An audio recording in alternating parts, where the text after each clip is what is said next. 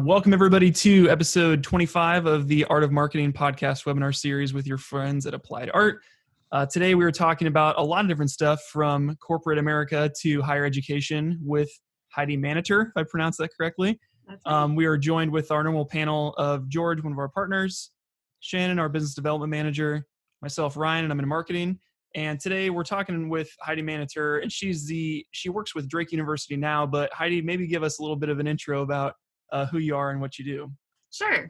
So my current title is an assistant professor of practice at Drake University. My area of expertise in terms of what I teach here is the marketing core class for the MBA and then digital marketing for the undergrads. My history, though, is I came to Drake via corporate America. So I finished my MBA in 2006 and was recruited by Principal and worked for Principal Financial Group as first a product development analyst in the banking division, and then as a senior marketing strategist in the retirement and investment services division, which is RIS, where I did a lot of advisor marketing, worked on the nearing and enjoying retirement marketing segment. In 2010, I went to Pella Windows and Doors. It's the only time I haven't worked in the financial services sector, and did retail marketing in the building and homeowner space, which was fascinating because I got to manage a $40 million budget that was nationwide across many branches and locations. And I got to learn about how to do more tactical marketing in different markets from Boston and Washington, D.C. to LA and Seattle. So that was really interesting. And I got to travel a lot, which, as being someone who's stuck in the Midwest, it was great to see the whole United States in that way. And then from there, I took a job as a strategist, an AVP of strategy and project management at Marsh McLennan. And there I did, and I continue to do some consulting there to this day, big scale insurance project management for clients like FedEx Ground, Chick-fil-A, others that we've worked with include McDonald's and Enterprise Rent-A-Car. So had a lot of experience to a lot of different business models and understanding their different value propositions. And so that's what I brought when I was recruited to Drake to teach, is that practical experience in working with some of these big clients and how to do the marketing management across multiple channels. So that's what I do now. That's awesome. We're happy to have you here. I think it's going to be a really good conversation for folks just from all the different experience you've had in marketing that I think a lot of people can learn some things and maybe take some tidbits away. So one of the questions we had right out of the gate, obviously at Pella, you helped manage a $40+ million ad budget. Talk about that a little bit. What's some of the things that people don't think about what the responsibilities that come with that task? Sure. So there's a couple big challenges at Pella. The first is that we're a national brand. And so while our client was the individual store owners that were selling retail windows and doors, we also had to think about the national presence. And so keeping all of those individual store owners happy in markets like Cape Cod and all the way to, as I mentioned, Seattle, Vancouver, San Diego, they had very different value propositions, very different things they were bringing to the market. Communities and homeowners in the Northeast care a lot more about the quality of the windows because the weather changes seasonally. Whereas in LA, it was harder to sell the marketing value proposition because everyone had aluminum windows and they weren't ready to pay for high-end windows. And so understanding the marketing needs and managing budgets that big meant knowing that it's going to be easier to convert a sale in a market like Washington, D.C. or Boston, where wood windows are common, than it is in LA. So we were finding that our cost per opportunities varied by as much as 300% between the two markets. And so when it comes to managing and planning enough budget to meet the needs of those markets, they were very different. And so that was one of the really cool things, was working with the individual marketing managers and working with the different agencies to make sure that we were able to meet the needs nationwide. We have a much easier time working in Chicago because of our brand recognition in the Midwest, as opposed to Dallas, where they're putting up really big McMansions with super cheap windows. And so understanding the different levers you have to pull in those various markets was really interesting, and I think gave me an education in understanding regional marketing and geography in a way that I hadn't had before working in the insurance industry, where that kind of location-based information is not as important in setting the budget. In terms of managing that 40 million, so we would do it by location, as I already mentioned, but then we'd also look at the different elements of the marketing mix. So I was there between 2010 and 2013. So a lot has changed since then for both Pella and in the industry overall. But at that point, we were spending about a third of our market on direct mail. And it's interesting to see now there's a DM resurgence, and that's coming back as an important part of the marketing mix. But direct mail was really important for our specific homeowners because they happened to be over the age 40. They owned bigger, nicer homes. They'd been in those homes for a long time. And so to reach that audience, direct mail was super effective.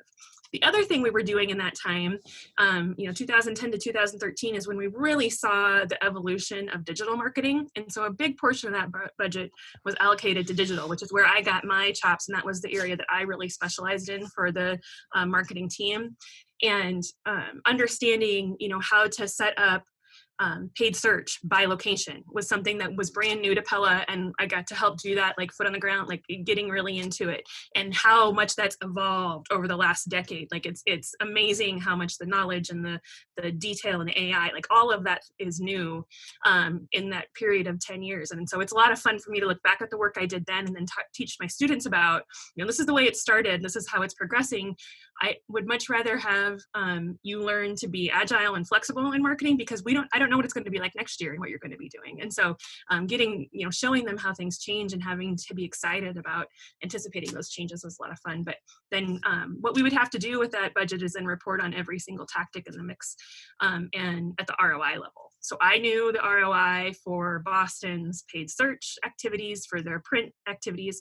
The other thing that we did that took considerable effort, and we actually had an intern work just on this as their full-time job, was we tagged everything with a unique telephone number. And so we would have different TFNs, telephone numbers, or toll-free numbers for every single print we did. And so if we ran a print ad in the Wall Street Journal and we would run one in the Washington Post, those would have different phone numbers. Same thing was true with the banner ads that we were running on digital paid search ads. All of that was tagged with unique TFNs, so we knew which element was generating the phone call, because our conversion event was an appointment. We didn't sell windows online at that point. We were trying to get into the home, which is a much different kind of retail experience than like an Amazon or a direct-to-consumer kind of company would have. So it was fascinating. Learned a lot, got to work with a lot of really talented people. The other thing I will say about managing a budget that size is that you don't do it alone. You have to rely really heavily on your partners and your colleagues. And one of the great things about spending, $10 or $15 million a year with Google is that you get a dedicated resource at Google to work with, because they're obviously really excited about generating that kind of revenue for them. And so then you kind of get insider tips and tricks. It's one of the advantages of being with a big brand, is that you have some leverage and you get those kind of personal relationships built with the bigger companies firsthand, because you're spending a lot of money. Maybe they could give you like a bulk discount or something. You'd 10 million, so, right? we'll give you $1 million They would give us a lot of swag. We got a lot of Google swag. That's really cool. I know you mentioned direct mail was making that resurgence. What do you think is a big proponent to that nowadays? I know that was not too long ago when you were doing that, but talk about that a little bit, the resurgence of direct mail. I haven't read a lot of research on this, so I'm just going to give my opinion. What I think it has to do, and it's really happened in the last year or so, and I think maybe it has been exacerbated or magnified by the pandemic, is that people miss having those like tangible interactions. And it's, getting mail is one of those things that you can keep as part of your routine in a day. And people, now that they're stuck at home more often, are more likely probably to open it or read it. It doesn't go directly into the recycle bin before it even comes into the house. So I think that's a big part of it. The second part is the audience for direct mail. It definitely does skew over 35 or over 40 in terms of response rates. And so I think that people of that age are also, more likely to read things more carefully than like my students who are 18 to 22. They tell me they don't even look at DM, and they've been, totally pummeled with it in this election cycle, which is also fascinating, I think, as well. Yeah, your mailbox is not nearly as crowded as your email box, right? That's exactly right. Although, as we talked about in the past, like what I am seeing in my mailboxes are really big pieces of mail. We call them, instead of postcards, placemats sized pieces, and so it is like physically filling up. And also, this time of year, it will be interesting to see what happens after the election. This time of year is big catalog season for the coming holiday shopping season. Will we see more catalogs this year than typical? Are they going to be mailed more frequently? Like, I think it'll be interesting to see that as people are in their homes more. I know I brought in a Target ad that I never would have done, but it was like a preview holiday calendar, let my daughter look through it, just because it was something for her to do, after class. And so are more people looking at that print to have something? I just got my Costco catalog and did the same thing, because normally I'm one of those weird people, I guess. I don't check my mail every day, but lately, every other day probably. It was so full last night, I could hardly get it out. And it was full of all of the political ads and all of the catalogs. And this made the cut, because I'm like, well, let me see what Costco's got for the holidays. And that's not normally something that I would do. I do the same thing. Like, isn't that funny how, like, even, and I'm definitely in that demographic. I'm over 40. Like, it makes a lot of sense. And so it's working to some effect. I might not be looking at the political ads, but I'm definitely looking at the Christmas catalog. There are a couple of questions. One was, what's the usual breakdown of the budget, the percentage to DM versus digital versus paid advertising versus sales collateral? And then probably different companies you work for, but with Pella, was that consistent, and how did that break down, and how did you allocate? So that's a great question. When I was at Pella, we allocated it by ROI per tactic. And so we would exhaust paid search typically first, because it was the most cost-effective channel for us. Now, there's not a lot of people doing keyword searches for replacement windows or wood replacement windows, which are the kind of words that we're bidding on. And so what we would do is we'd end up buying out the inventory before we would go to the next tactic in the mix. So for a cost perspective, and this is old data. So for your listeners, like, this is 2010 to 2013, I would get this kind of information based on your current results. But at that time, we were finding paid search was the most cost effective, so we'd maximize that. Then we would move out onto DM in very specific neighborhoods. We would look at the carrier route level instead of the zip code level, because that was the most cost effective way for us to deliver. And then from there, we would look at other elements of the mix. Then we might add in banner ads in the digital space. Surprisingly, the Washington Post, which was really expensive, it cost $18,000 for a one-page weekend full-page ad, but we would generate quite a number of phone calls when we had a certain offer that was very popular in that area. And so we start layering things in. And so the answer to the question from your listener is, it depends, which of course is not probably what they want to hear, but that mix varied by market, and it would vary by institution and what it is that you're trying to do. If you are in a B2B kind of space and you're trying to work a consumer through the funnel, you might find that email is super effective. And we also did email at Pella, and we would utilize that as much as we can, but you also don't want to exhaust your customers or have them unsubscribe. And so, that email list management becomes really important, and it's a very cost-effective way to reach people. The answer is it depends. We would do television and broadcast last, because the traceability on it was challenging. The technology that's out there today is getting better at being able to predict ROI or anticipate, like through predictive analytics, what that return on investment is going to be. We called it Halo at Pella, so it was lift that we would see when we layered in TV or radio, but because it was very hard to trace it back to an actual appointment or sale, we would do those last, because the lift that we would get wasn't significant enough to pull it to the front of the pile. So in other words, instead of just making my plan and I'm just going to run regardless of what happens, you guys are watching the data all the time. What about optimization? How much did you vary things in the course of a campaign? Quite a bit. So especially one of the things we love about paid search is you get instant feedback and you can make changes immediately. And so we would do a lot of A/B testing. And if we found that A was winning B significantly in 48 hours, we'd pull B and just run on A and then test more into A. And we would do that a lot in paid search and in the banner ads where you're looking at like things like button shading and colors and that kind of stuff. We'd be switching that up all the time. The optimizations are happening almost in real time, because as marketers, we're checking it daily. And then also our customers, the store owners, we're looking and seeing, their appointment stream.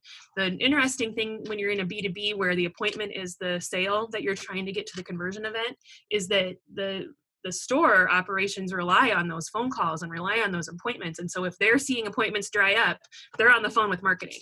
And so it was something that we were playing with on a daily basis. And we knew that if we would drop a significant print mail campaign, what that would do to our demand. Same thing with the running the Washington Post, that example I gave. We could get reliably between 12 and 35 appointments depending on the time of year and the offer from one of those drops, which was a really significant for us.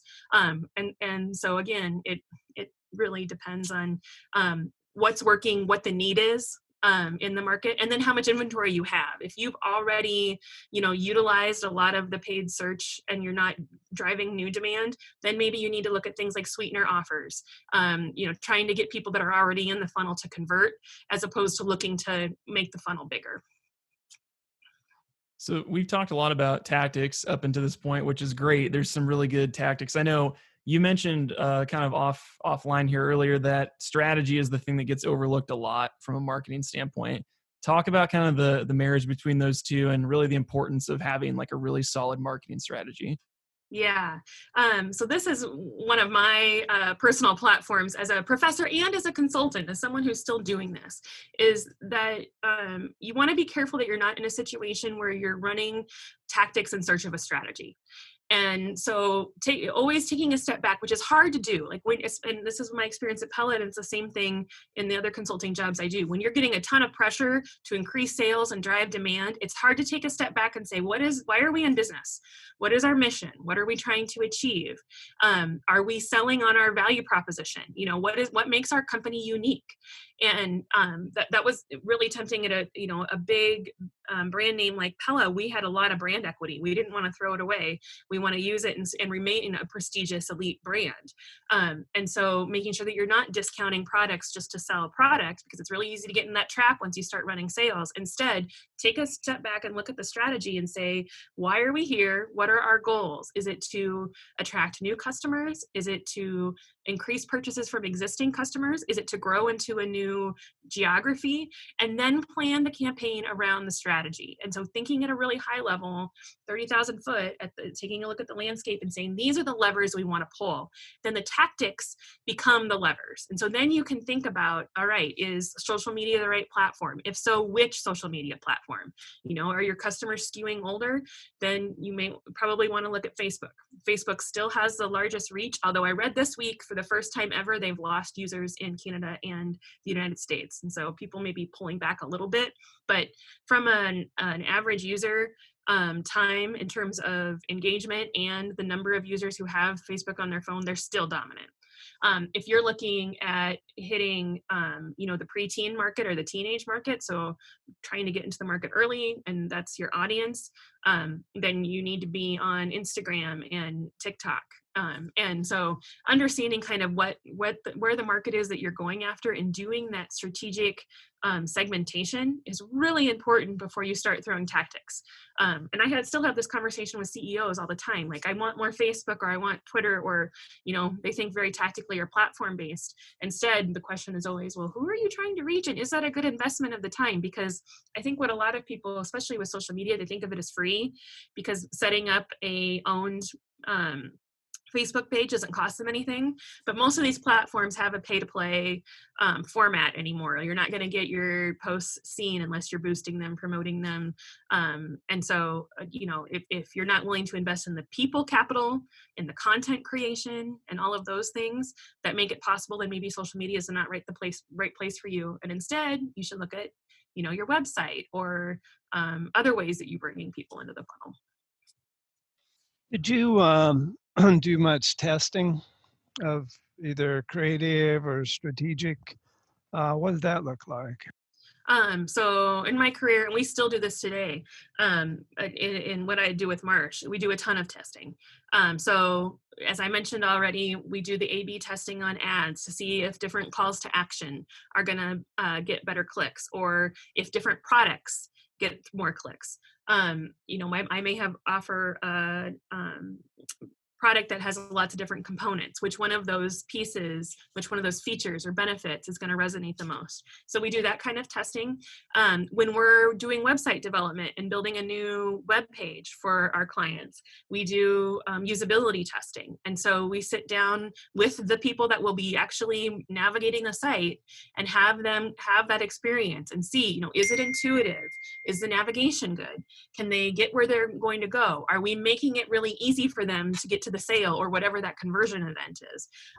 We want that experience to be as flawless as possible. And so we, developers and designers and marketers, we might think that we're the smartest people in the room, but if the user can't get to the information they want to get to the conversion, then we failed. And so we test that sometimes repeatedly. Sometimes we take it out, we realize that, we've got to scrap something and start over, and then we rebuild it. And that is super expensive, especially when you're paying developers. But it is much cheaper to spend an extra $40,000 on development and push back your timeline 6 weeks or 8 weeks or half a year, as I've had to do, than it is to go to market with a crappy website.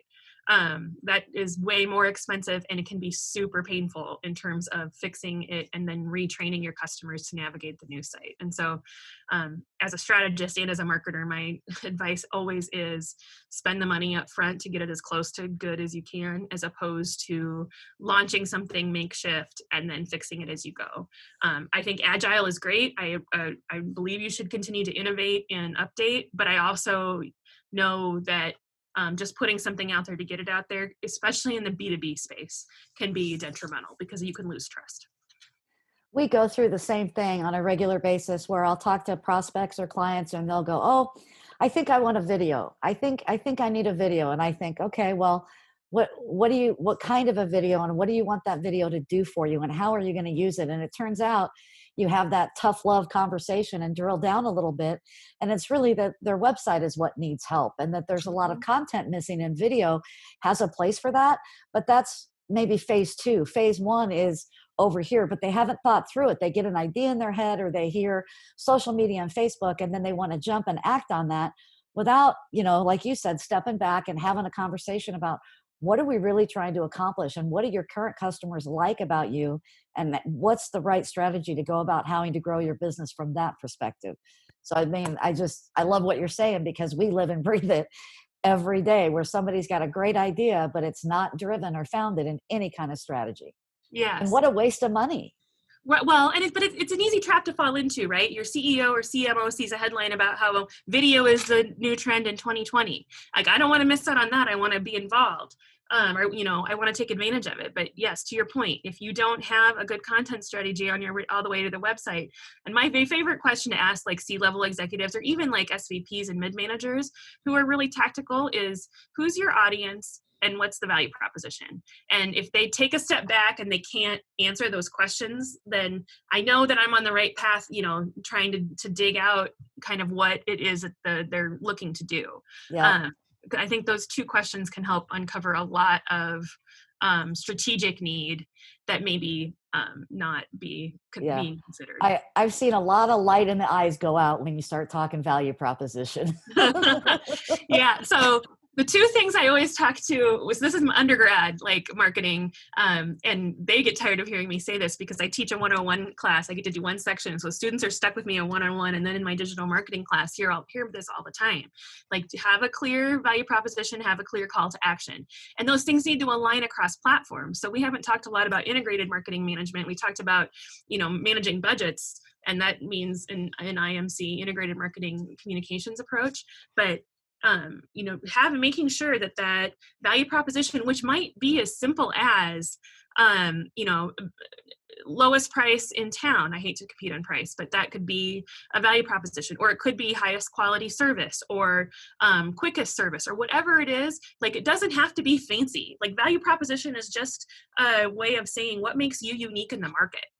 And so when I ask about value proposition, what is it that you offer that is unique? in the competitive landscape. And it might be unique in the geography that you're in. So if they're in Des Moines here, it might be that they're the only ones offering this niche product here in the, greater Des Moines area. That's a value proposition.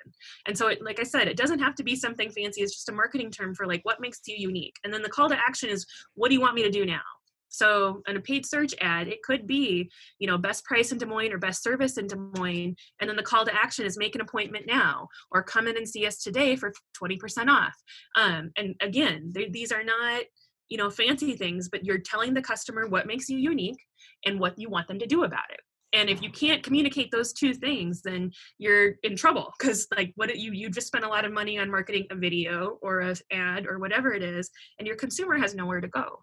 So in those cases, often they'll go to your website. And if your website's a mess, then you got a new problem. So start with the website. George, isn't this interesting how this aligns with the conversation we've been having about our virtual platform, right? So we're helping companies all over the country do these virtual events, whether they're trade shows or quarterly meetings or whatever. And really what we're finding and what we're hearing is what is unique about us is the day of support, the behind the scenes, the rehearsal and the tech checks and being available when things go wrong. So you're right, it isn't fancy, but this is one element where, you can call us and get tech support if the platform that you're using, if we have issues, and we're going to be there to support it. And we will have done all of our due diligence beforehand. It's not just an off-the-shelf solution. So it's kind of interesting how that's connecting for me right now. I think we could have Heidi come back and do a webinar strictly on value propositions. Because it has to be the value to your customers. Yes. We worked with one group where they said, well, we're the best quality. And then as we dug in farther, they just happened to be the cheapest. And so what they thought they were and what they were two different things. I did have a couple of questions. I'd like to talk a little bit about B2B, because that's kind of a unique space. But when we're talking B2C, the role of sales and when should you do that? What should you be careful about before you employ a tactic? I know when Yonkers around, seemed like they were on sale every day. Well, and so Yonkers is a great case study, and as is Sears.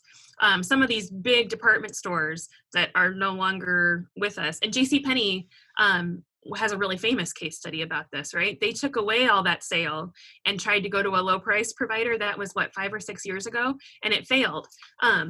What Yonkers ended up creating was a situation where people were so dependent on those sales that was the only thing that brought them in. And so you couldn't sell something at retail price. Instead, they would wait. And they had a coupon, and Kohl's does this today too, with the Kohl's Cash and all that kind of stuff. You're creating an audience who then is dependent because they know the next sale is coming. So why would I pay full retail price when I know there's going to be a dot sale or a mass sale, or I'll just wait. And we saw the same thing in high-end windows at Pella. We saw the same thing in the insurance industry too. Like right now, cyber insurance is getting super expensive, and companies are wishing they'd purchased it in the past. And so you have to be really careful about discounting because you are eroding your brand value. And oftentimes, this is one of the things I talk to my students about, is that as someone who works with salespeople, there's a lot of pressure from salespeople to do discounting because it makes their job easier, right? You can make part of that value proposition that you're paying less. However, in the long run, it creates really real problems for a brand. And so as a CEO or CMO or a marketing manager, you have to think strategically and not just tactically. And I have found, the nice thing about working for a company like Pella is it's privately held. And so you can have a little more control about the messaging and how you're going to frame things up, as opposed to one that's publicly held where you're more dependent on what's happening with the stock market, and the stock market's not the economy. And we could have a whole other discussion about that. But, those quarterly reports also become part of your strategy and how you're setting things up, because you want to show a demand of sale, before you do those earnings reports. And what does that look like? And so all of these are considerations that maybe a tactical marketer who's running Facebook ads may not be thinking about, but their boss or the C-level executives have to be considering, because we've got to think about the long-term health and sustainability of our brand, or we end up like Sears or Yonkers, where it is more about chasing, the value as opposed to providing that really strong value proposition. Well, I can even speak to that too. Like my wife shops a lot at Hobby Lobby, and then I'll be like, oh, did you get the 50% coupon? Because I know that like they'll email them every week. I'm like, just wait till you get the coupon next week and go get it for half price. And just, again, you've conditioned your customers to not ever pay retail full price, because why would you? Like you said, you just wait till the deals come around. I have a collection of Bed Bath & Beyond coupons in my purse at all time, and I love the fact that I can use several of them. I get great satisfaction out of just counting those suckers out and letting it happen. And that is exactly what happened with Yonkers. It's like people love the layering of the deals. Yeah. And so they would just wait till they could do it. It is, I don't have the time for like the coupon stuff. I wish I did, because I know I have several friends who like that's their hobby, and they spend time planning on the coupon and the sale, and they save a ton of money by being able to do it. It's really smart if you've got the capacity. The problem nowadays, though, too, if I'm in Yonkers, so to speak, I can get right on Amazon and see if I can get it cheaper, and I can have it tomorrow. Yep. The day after. So we talk a lot about showrooming, and one company that has overcome that look in person and then buy online is Best Buy.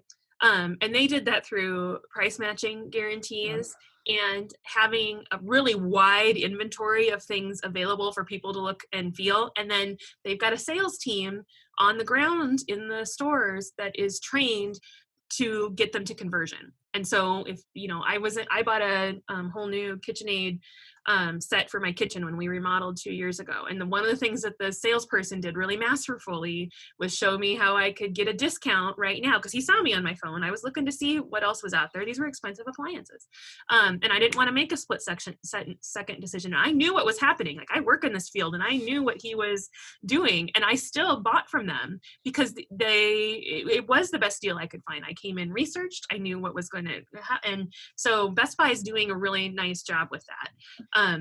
The other thing that stores have that Amazon doesn't is that you can get it today. So if you can't wait 48 hours, and it sounds like in Des Moines it will soon be 24 or less, then you can walk in and get it. There are things like diapers, like you can't wait a day for those to be delivered, or the last minute panic buying that's happening by moms all over the metro because they're trying to either get candy or costume elements together for this weekend. I think and Amazon understands the need for that brick and mortar. That's why they acquired Whole Foods. That's why they're creating more distribution centers. And that's why they have the retail locations in, I think it's Seattle and San Francisco and maybe New York, because there's still a need for brick and mortar. And I think Target and Walmart are doing a good job. It took them a while to catch on. The pandemic really helped them solidify their space and the need for to be on the ground and have the brick and mortar in market. And so I think it's going to be really interesting to see how retail pans out this winter with the holiday shopping. If people are pulling forward some of that, like I haven't seen any data out of the Prime Day, but I know that Target and several other retailers had, just jumped onto that and had discounts that weekend. And so it'll be interesting to see if there's any kind of pull forward in that kind of activity because people are home, they're able to shop online, or if there'll still be last minute shoppers in some of these big box stores the week before Christmas. And so it will be interesting to see in COVID time, like what happens with that retail market space. Very interesting. What about B2B? That's a kind of a different proposition, and a lot of people think it's a lot more difficult. B2B requires a lot more endurance and commitment. So this is where strategy, I think, becomes really important. And this is where I spent most of my career at both Principal and Marsh and then before. and selling things that aren't like super sexy, right? Like nobody wants a variable annuity. Nobody wakes up in the morning and thinks that's what I need. That's what's going to make my life complete. And so creating demand for those kind of products can be challenging, and that takes a lot of trust building. And so the way that you build trust in the B2B space is by creating meaningful content so that when people do have that moment where they're curious about a variable annuity, or they're curious about life insurance, or they want to know more about how to simplify, operational processes, that your brand is at the top of mind. And you're in their consideration set. And so you do that by creating value-added content, white papers, thought capital pieces, and delivering them to their inbox, and also having that available on your website. So this is something that Principal has done really well in the past. Companies like McKinsey, they have a weekly newsletter that shows, some of the highlights in their research. And then if you want more detail, then they're going to start talking about charging you. And it's the same thing in the marketing space. There are hundreds of marketing subject matter experts that want to sell me all sorts of ROI platforms out there. But they tease all that with thought capital, with regular blog posts and research studies, just little snippets of it that demonstrate their expertise and build that trust. And so if I was ever going to want to buy one of those platforms, or was in a position to recommend one, I would have a couple companies at the top of mind because they've already built that relationship with me, and I trust that they have the latest data, that they are doing a really good job, and that they would be a good choice for my client.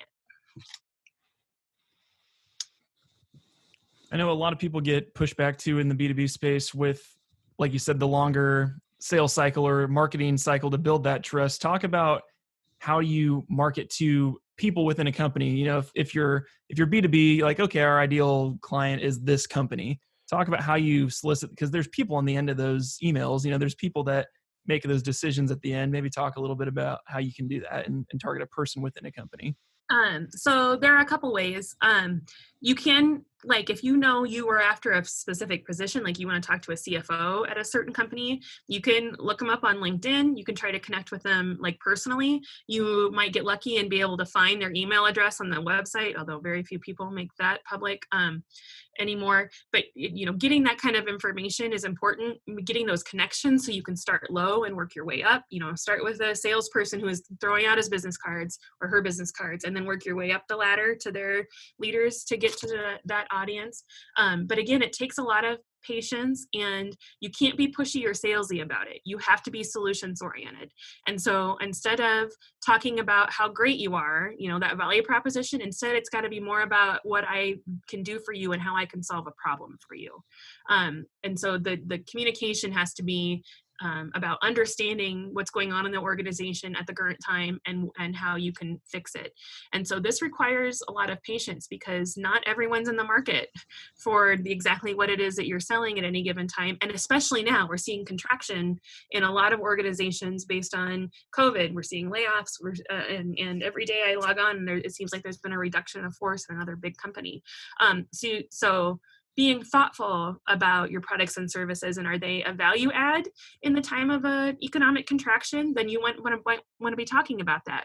If now is not a good time, then you may need to bide your time, do more of those thought capital pieces, build out that subject matter expertise, so then when that senior executive is ready to make a decision, you're the one that they're connecting with. And nothing's ever going to replace relationships. We talk a lot about marketing automation and internet marketing and all of these, digital options. At the end of the day, all of it is about building the personal relationship and being able to talk to a real person, either via Zoom or on the phone, because it is people that make those decisions. And so you still need to have the interpersonal skills to, have that be a dialogue. And you're probably not going to get the sale right away. Instead, it's going to be an ongoing conversation, and being prepared for that, and starting slow and building trust, and then, getting to the point where you have clearly identified the pain points so you can offer solutions. Amen to that. Talk a little bit about the relationship between marketing and sales. Oh, I start my MBA class with this discussion. And I ask my students, what do they think of when they think of marketing? And lots of times it's the tactics, right? The advertising kind of stuff. Sales, by the textbook definition, is a function of marketing. And so if you were creating an org chart, marketing would be at the top, and then you would have your PR team, your sales team, your direct and interactive team, your ad team, and all those kinds of things would fall under it. But in several of the organizations I've worked for in the past, and a lot of organizations today, sales sits on top of marketing. And so marketing reports to sales. And so it's a dance. You've got to be really careful about sales driving the bus, because what gets measured is what gets results. And if it becomes all about the number of conversions or the number of sales that you're making at the risk of some of the other strategic mission and vision things that are important to the organization, then you become an order taker as opposed to a problem solver in an industry. And that's how you eventually lose base. Like, that's exactly what happened with Sears. Instead of looking forward and seeing, what was needed, where the industry was going, they hunkered down with their model. They've said this has worked for years. We don't need to make any changes. Well, that didn't work out for them. And so when you've got sales driving the bus, you have to make sure that you've got a leadership team working with sales that has that strategic vision of where things want to go, because it can become a downward spiral if you start being just responsive to what's making things sell. That's how you get into that sales spiral where you have a discount, people come in, they sell, then no one comes in at all because you don't have a discount, so you have to offer a discount. And so it is definitely a relationship. That being said, your sales team is critical to get front and first person on the ground data.